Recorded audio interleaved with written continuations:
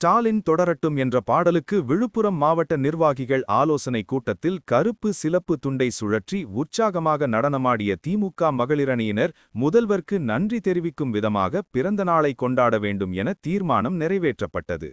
விழுப்புரம் மத்திய மாவட்ட திமுக நிர்வாகிகள் செயல் வீரர் மற்றும் ஆலோசனை கூட்டம் மாவட்ட பொறுப்பாளரும் விழுப்புரம் எம்எல்ஏவுமான டாக்டர் லட்சுமணன் தலைமையில் விழுப்புரம் கலைஞர் அறிவாலயத்தில் நடைபெற்றது.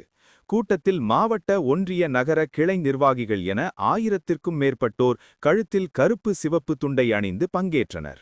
இந்த கூட்டத்தில் தமிழக முதல்வர் மு.க. ஸ்டாலின் அவர்களின் 73வது பிறந்த நாளை 5 ஆண்டில் தமிழக மக்களுக்கு செய்துள்ள திட்டங்களுக்கு நன்றி சொல்லும் விழாவாக ஒவ்வொரு பகுதிகளிலும் இனிப்பு வழங்கி கட்சி கொடி ஏற்றி மக்களுக்கு தேவையான நலத்திட்டங்களை வழங்கி மக்கள் திட்டங்களை பொதுமக்களிடம் எடுத்துக் கூறி கொண்டாட வேண்டும் என இந்த கூட்டத்தில் தீர்மானங்கள் நிறைவேற்றப்பட்டன.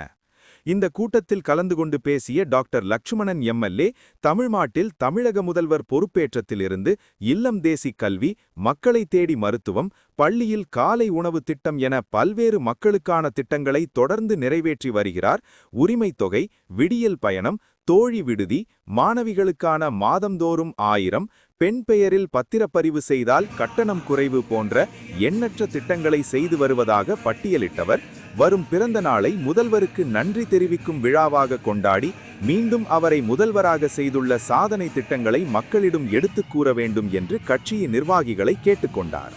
இக்கூட்டத்தில் ஸ்டாலின் தொடரட்டும் என்ற பாடலுக்கு அனைவரும் கருப்பு சிவப்பு துண்டை சுழற்றி உற்சாகமடைந்த நிலையில் மேடைக்கு வந்த மகளிரணியினர் உற்சாகமாக நடனமாடி தங்களுடைய மகிழ்ச்சியை வெளிப்படுத்தினர்.